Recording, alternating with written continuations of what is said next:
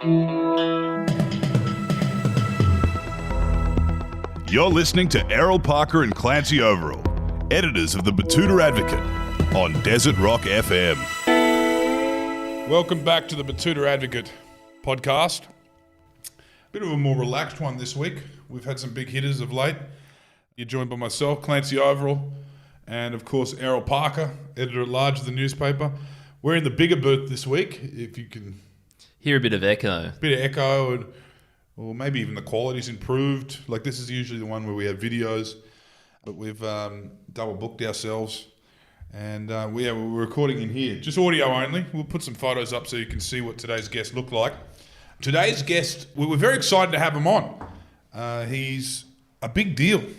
Yeah, it's so refreshing to finally have a conservative on here. Yep. It's good. A conservative, wait up, I'll just get this beer for you. Conservative, Thatcherite, Reaganist, visual artist. Thank you for joining us, Jason Phu. Thanks for having me, guys. Now, we have misrepresented you with that introduction, but what we didn't misrepresent is that you're a big deal. That is the truth. Can you please... Love a big deal. Well, yeah. You explain to us... 40% off. 40% off what? Well, that's a big deal. Ah, okay. No, he's getting cheeky. Fuck, you got that one through, didn't He's you? getting cute. No. Straight through the gate, off stump. He's a big deal in the art world. You're an artist, a visual artist. What would your job title be? I don't know why, but practicing artist. Mm-hmm. It's just something that was in one of my CVs when I was younger, and then it just sounds more professional from a 22-year-old perspective, but it doesn't make any sense. Just artist. You can call me an artist. Not professional artist? You can call me a professional artist. If it sounds very... who's the guy who did all the splatters with the carpet ad? Oh. Jackson Pollock. No. Bloody Pro Heart from Broken Pro Hill. Heart. Oh, yeah. Sounds like what Pro Heart would call themselves. Yeah. Professional From artists. the era when it first became a profession, I guess. Yeah. Yeah, right. I never thought about that, actually. In Australia, it would have at one point become a... Yeah, well, it was always, in professionalisation. Australia, it was always get the job that your dad has, if not, law, medicine or Duntroon. And then I guess around that era, people were allowed to be freak shows and paint for a living. Tell me, was it like that for you, deciding that you wanted to paint? What was the initial response from your both parents and your peers? Well, I went to a selective school. Mm-hmm. I don't know if you can tell from my voice, but I guess the post will have my picture, but I'm Chinese, Vietnamese. I'm Asian. Okay. It plays a part in what I'm about to say. Okay. Cool. But there is that cliche of your Asian parents not wanting you to become an artist. My parents certainly didn't want me to become an artist. I actually didn't want to become an artist until my art teacher convinced me and my parents that I should do it. High school art teacher? Yeah, high school art teacher. Shout out to Mr. Morris, Yeah. who I think... Oh, Captain, my captain. Yeah. Really lovely art teacher who convinced me I should become an artist. And my school, Sydney Boys High, you know, all my peers were doctors, lawyers, engineers now, sort of thing. Hyper academic. Eastern suburbs, private school type stuff, Yeah. Same school as ScoMo. Same school as Como, yeah. go. He actually caused quite a division one year in our old boys union, you know, It's but not that's unlike another him. story. Anyway, my art teacher said, you should become an artist, but I'd watched, this is something that's a pretty common thread, my sort of stupidity, I guess, or my single-mindedness. I'd watched, I forgot what the movie's called, it's got Viggo Mortensen, Michael Lord of the Rings. Douglas, and Gwyneth Paltrow, and Michael Douglas hires Viggo Mortensen, a failed artist, to kill Gwyneth Paltrow. I think they fall in love or something. But anyway, Sorry, I'm just... Yeah, you look it up. I'm just Yeah. Googling this pivotal moment in your life. But then he's like a loser in his parents' attic who does heroin or something. And then when I was a kid, I was like, I don't want to be a loser heroin addict living Understandable. person, you know? Yeah. But my art teacher was like, hey, that's a movie. A Perfect Murder? A Perfect Murder. Yeah. Yeah. I don't think it was a very good film, but Yeah. 6.6 out of 10 on IMDb. That's pretty high, actually. Yeah. But my teacher's like, no, you should do it and work hard. And also, I actually failed to get the mark to do engineering by 2 points, actually. So you were going down the cliche path that you were just talking about. Is that what your parents wanted? My parents were actually pretty good about it, I think. Yeah. They said, no, you shouldn't do that. But I think after my art teacher talked to them, my mum was actually pre-sort of Cultural Revolution. When she was in China, was in the theatre. My grandparents on my mum's side were all in the theatre. So she was a bit more sympathetic, but still, cliche sort of Asian parent not wanting me to do it for very good reason, I think. Immigrant ambition. Why would you want to muck around with Yeah, but I mean, a grey market? That's what it is, because when it's on, it's on. When it's not, it's not. Yeah, and I still think that, Yeah. if I had kids, I don't know if I would tell them to do art or encourage them actually to do art, because it's pretty difficult sort of to get by. But I'm doing pretty well right now. Well, that's what I want to talk about. When was the moment? When were you like, okay, now it is time to go all in on this? Because you've worked at a whole range of different jobs over the years. You've had an office. Have you had an office job? I know you've been in hospitality. You've been a bar back, a glassy. I can't see you hand. being a corporate drone. I can see you working in hospitality, but certainly not. I did I did 6 months putting things in envelopes. I don't Temp. know. Yeah. Yeah. I was at a desk, I Yeah, guess, yeah. that was my only desk job. Temp work. Yeah. What were you putting in envelopes? I don't remember. All I remember was everyone else who was there longer than me when I came in all had really strategic Band-Aids, which I thought looked stupid. But then after half a day, I was like, that is not stupid Right. at all. Paper cut. Yeah. Ooh, that's Fuck. man, that Yeah, is yeah. the So these front people line are of what- like professional envelope stuffers. Yeah. Yeah, that's- Immediately went out that Arvo and just got a big pack of Band-Aids and then put them on. Yeah. Fuck. So when did you decide I don't need to wear Band-Aids on my fingers anymore? I don't need to binge drink with my Irish friends that I've made working in this pub. When did you think it's time to wear Band-Aids on my painting fingers and binge drink with these freaks I've met at art gallery openings? It was probably only 4 years ago. I Right. stopped hospo. I've always worked hospo mainly. I've had odd jobs here and there, but I've always enjoyed it, Well, when I say freaks, I mean free spirits, of course. I'm not cheapening the visual arts. Circus types. So yeah, Yeah. The showies, the showies. Yeah. But I do want to know when the reason we've got you on right now is because announced several days ago was the Archibald Prize finalists. You're one of them, but you're also a nominee for the Sulman and the Wynne. That's a big deal. Triple Yeah. threat this year. It's not the first time, right? You've actually won one of those prizes.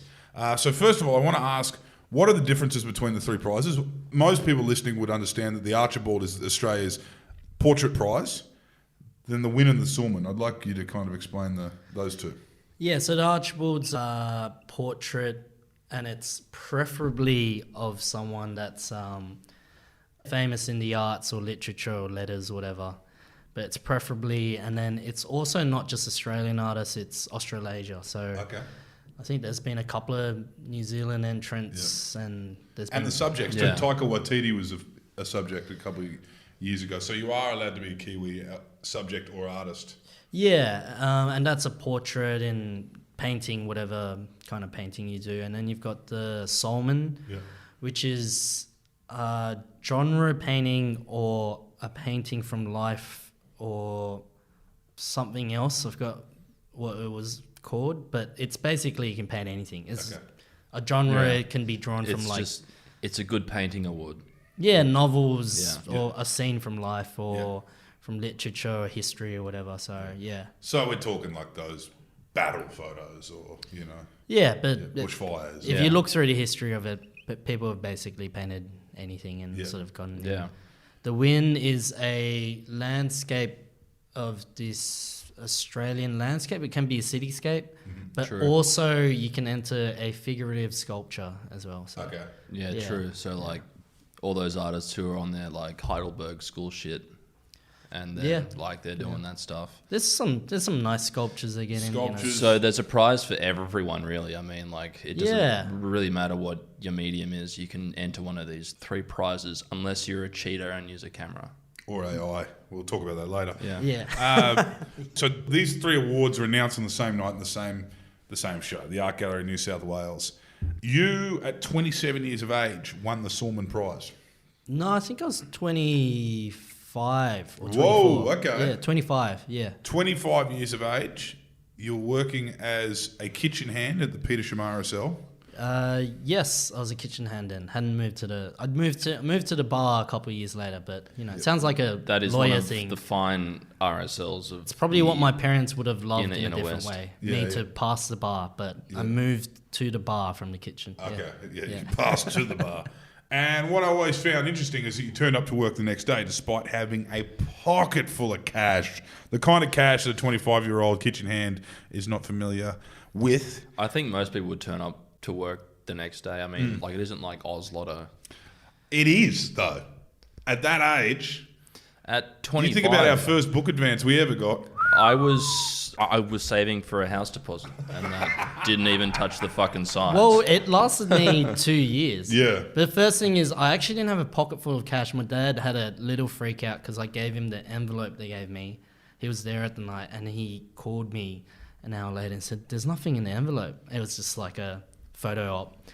And they gave me they didn't want to give you the check, while you're getting drunk or whatever. Oh, right. And the you second, won the prize. We're going to pretend there's a check in here. Tens of thousands of dollars for those listening. And then they ask you for your bank dates. yeah, but then also I'd never earned enough to pay tax up until then. Yeah. And then 2 years later did my tax returns, and my accountant was like, "Oh, so you have to pay this much tax?" And I was like, "I don't understand what you mean." And I was fucked, because I didn't realize you're taxed on. And your they're not going to, uprise the Art rates. Gallery in New South Wales aren't going to do you a solid and give it to you in cash. That'd be great. just a. They do tax you on art prizes too, which is funny. Yeah, that's been a contentious issue in the art world. There's always a comparison. I don't like this competition between the sports world and art world, but there is a comparison of sports people don't You get get taxed. 30 grand appearance. I reckon you should get your first art prize is like tax free, but if you're like Makes one of sense. those, darlings of the arts. home owning artists, then you were already light years ahead of everyone else, so you can go fuck yourself. You have to pay tax like the rest of us. I think that's a good policy. Was that the moment you went all in?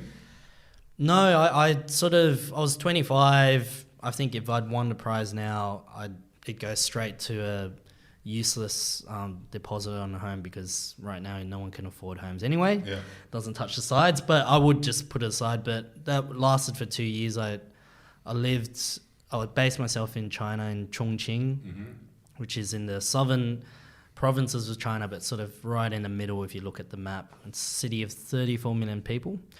It's quite a lot of people that live there, and it's one of those regions that's famous for the Sichuan food, or the spicy food that we love. yeah. But the that south. lasted 2 years. I was living in an apartment for like $15 a week there. Traveled around Asia and did work, and See how it lasted. Yeah. The rent wasn't stinging it. Yeah. And then, so what are you doing then as a practice? Would you view that as a residency or a sabbatical? Like, what are you doing? I did start off. Are you in a gallery back in Australia? Or are you? Yeah, I started off doing a residency there in Chongqing, and then sort of just hung around for 2 years.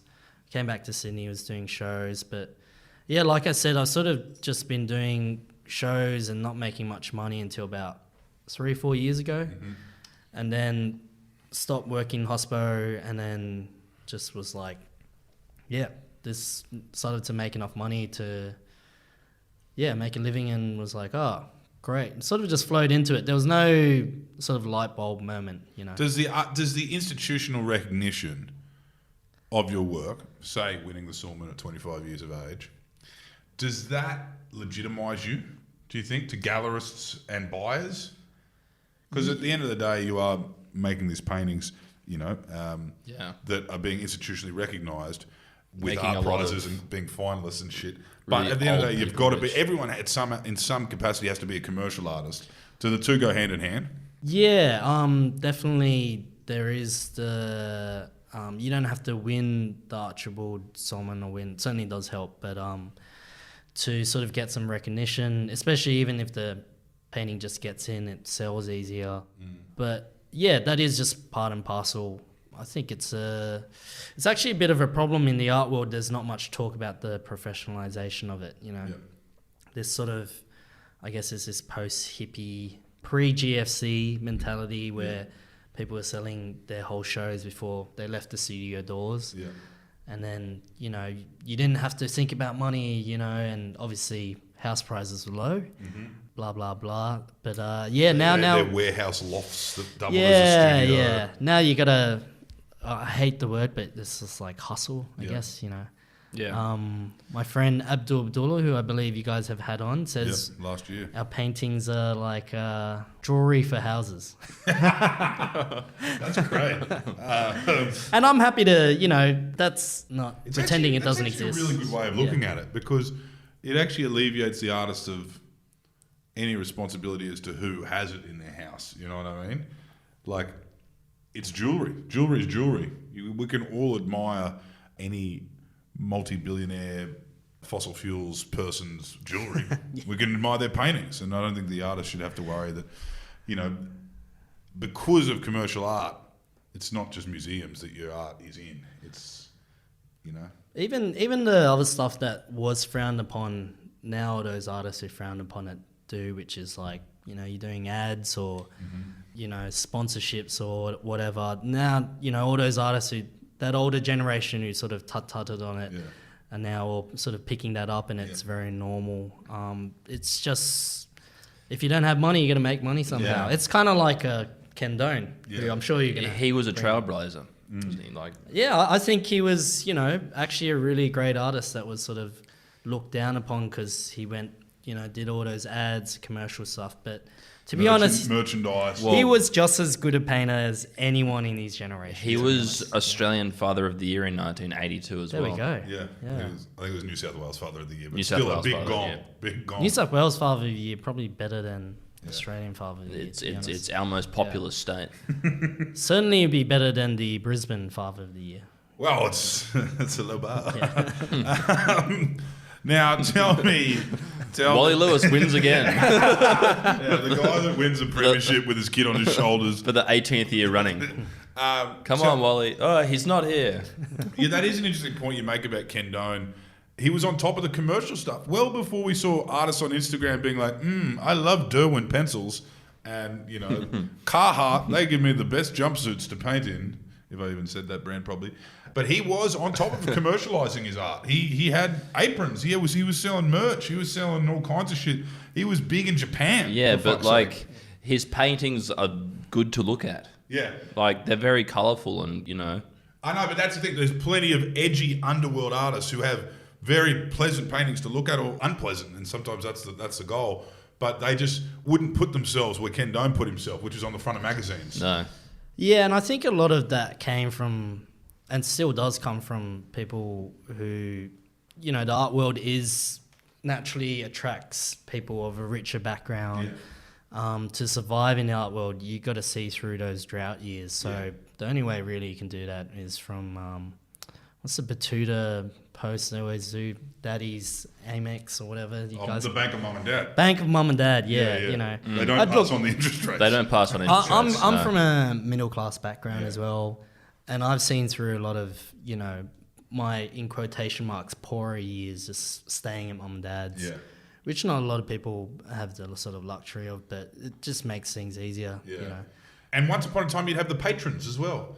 You'd have some old widow in Bellevue Hill that would say, you know what, this is going to be what I do. I'm going to support you. There's a couple of artists I know who have a sort of a literal unlimited, you know, black Amex or whatever. Really? Yeah. Just someone who loves their work. Yeah, just sort of floating around buying whatever, you know. That is the dream. I mean, I'm sure it happens in a lot of industries. It happens in sport. Like, it does happen in sport. People will get... They wouldn't have that Nando's card though.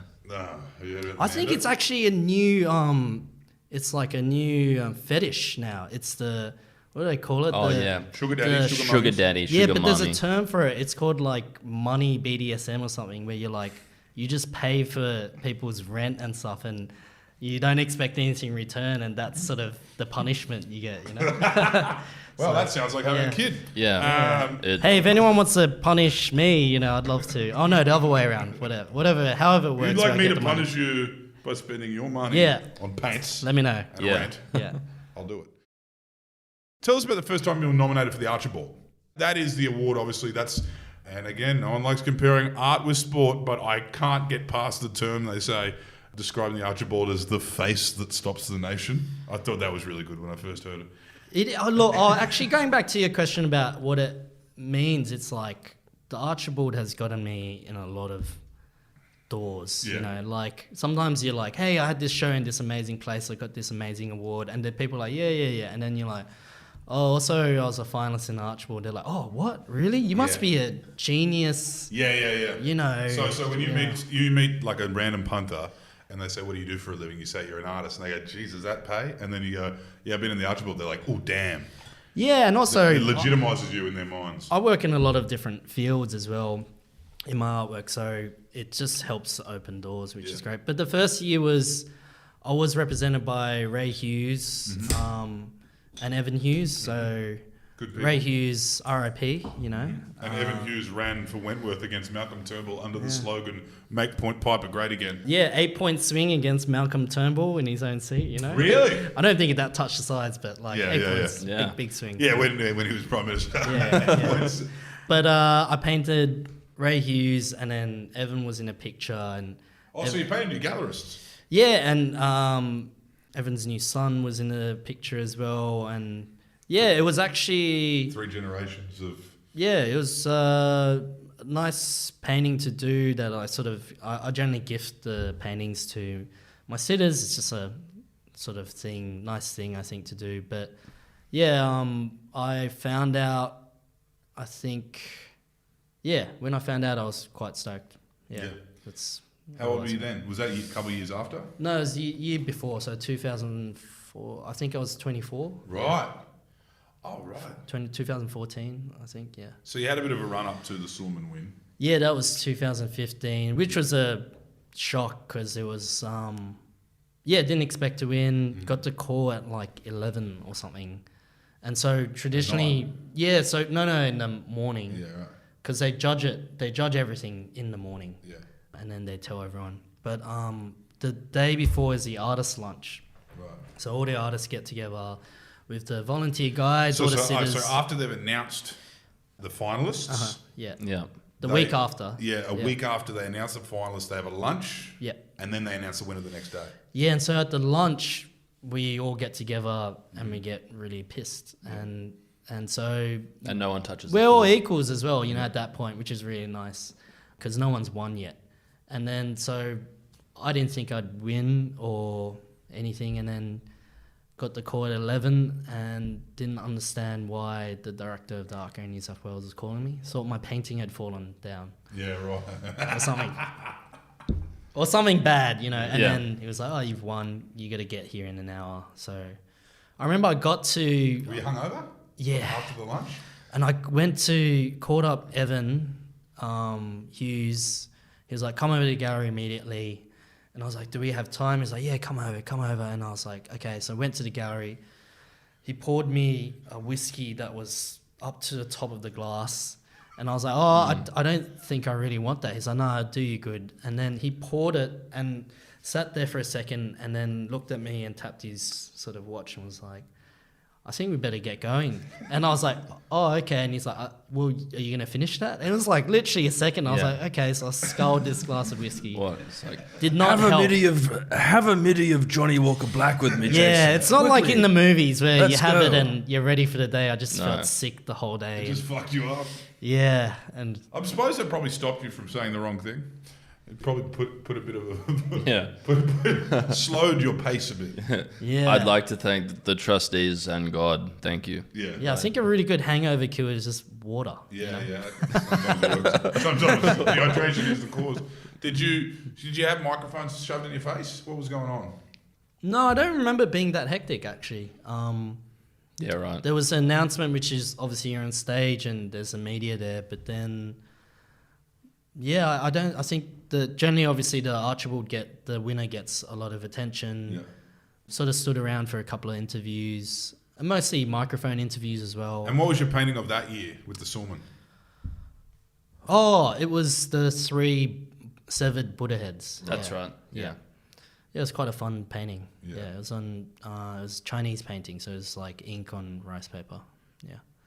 And have you found with the Chinese, just your own cultural influences on your own work?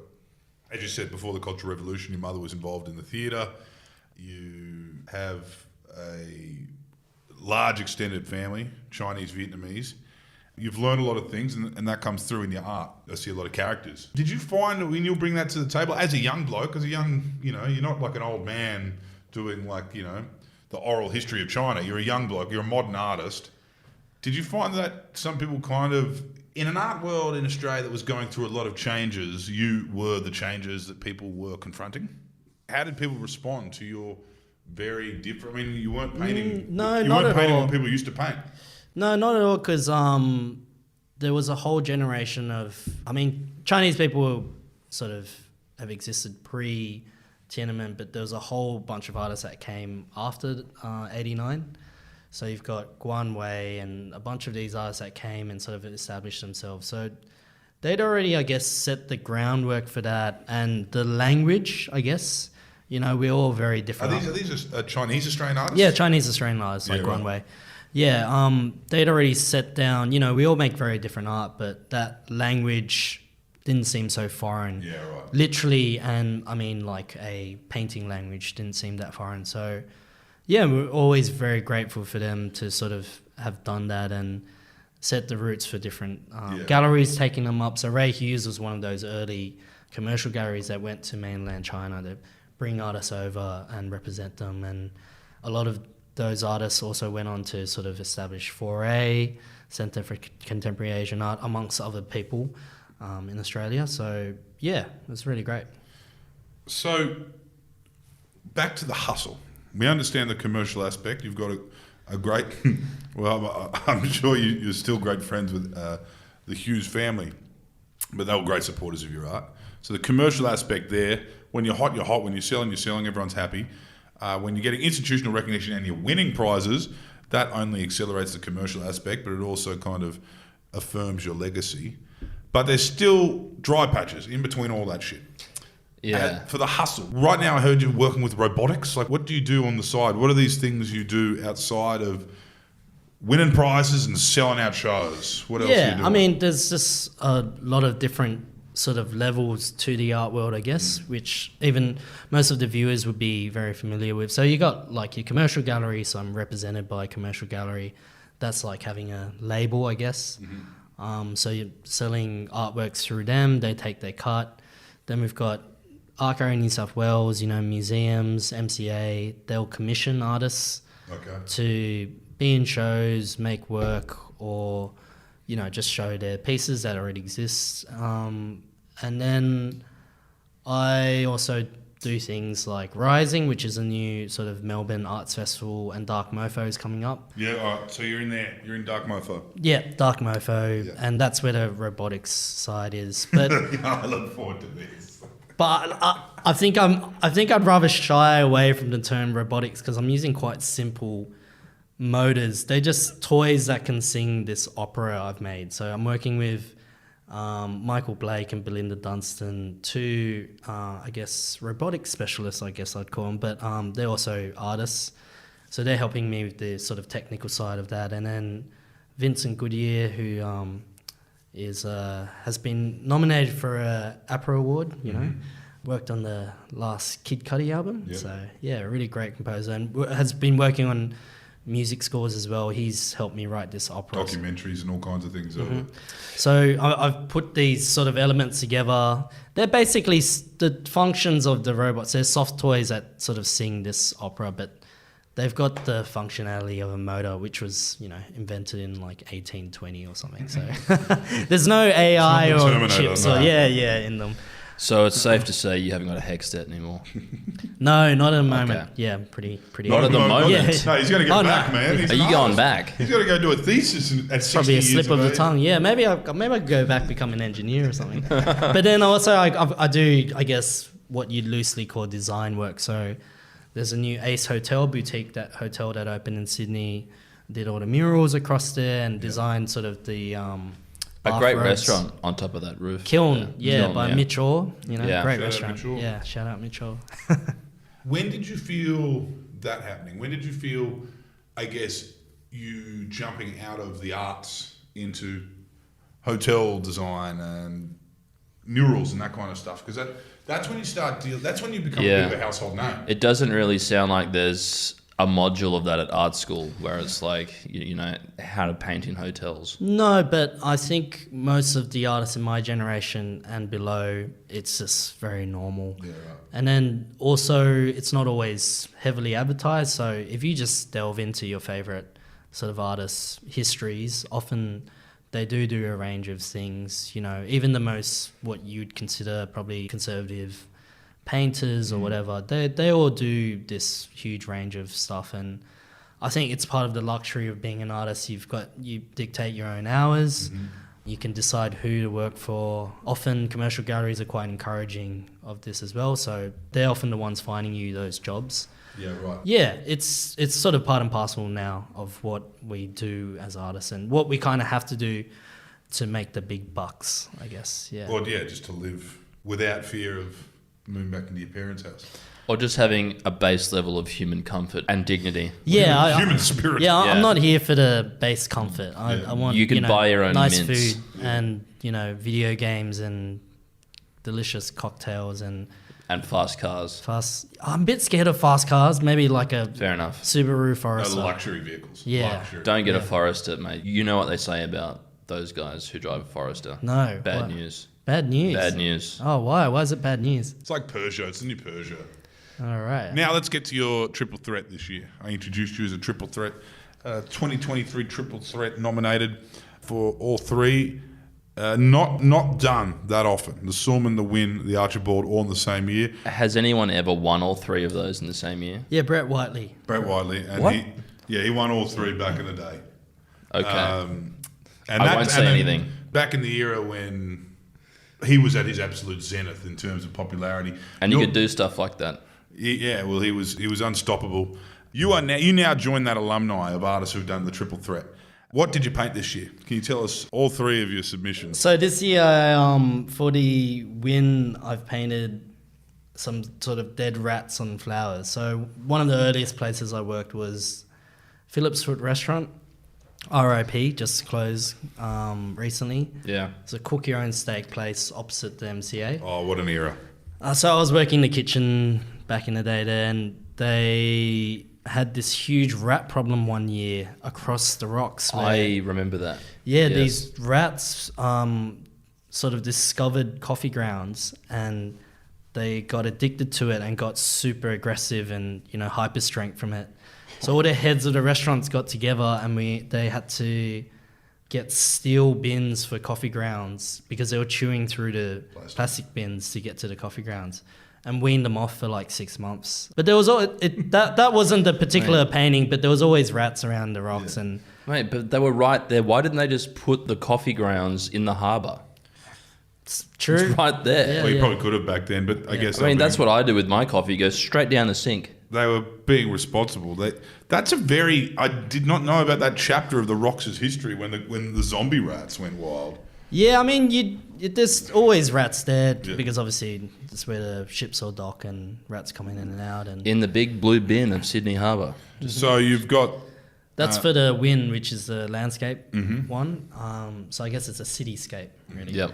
So there was all these flower beds that were installed one year, and sometimes you'd find the rats sort of sleeping in them, and they'd just be everywhere, And then for the Sulman, just painted a lovely scene of some sort of birds and frogs and stuff. I don't know. It was just a colourful, nice painting that I liked. Yeah.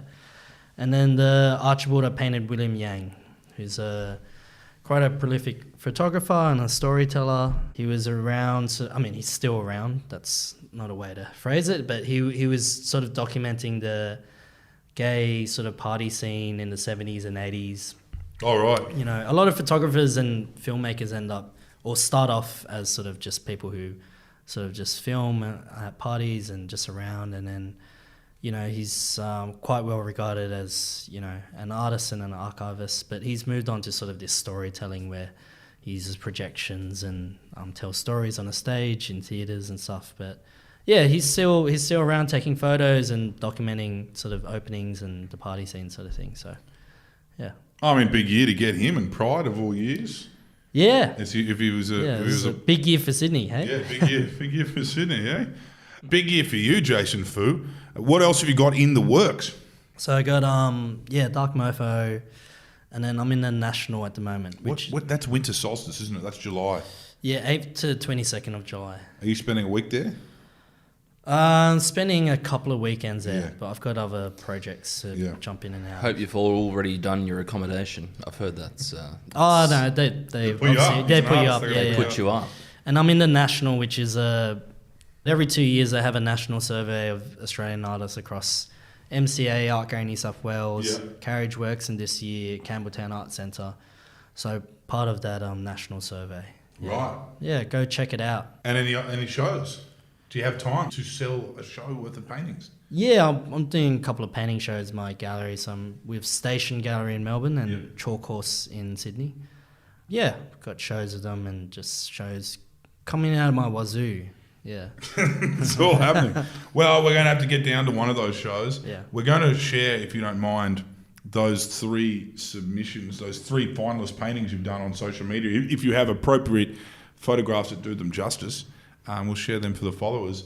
And I'm sure they'll all be watching with a keen eye to see if Jason Phu can bring home. Yeah, if you need Yeah. some jewellery for your houses, Oh, I've yeah. got lots Yeah. of jewellery for your houses. You know, like- And if we do post them, don't screenshot them because that's stealing. Yeah. yeah, don't take my NFTs or whatever. Screenshot from our Instagram his paintings and then stretch it And by then- 2 meters and put it in a frame. And take them to Officeworks and say, Oh, you can run it through "AO, an please." algorithm these days, make it better. Split you know? the pixels. Yeah. Well, thank you for joining us, Jason Phu, and all the best over the next week. Thank you, Errol. Thank you, Clancy. Yeah, nailed it, mate. Thank you.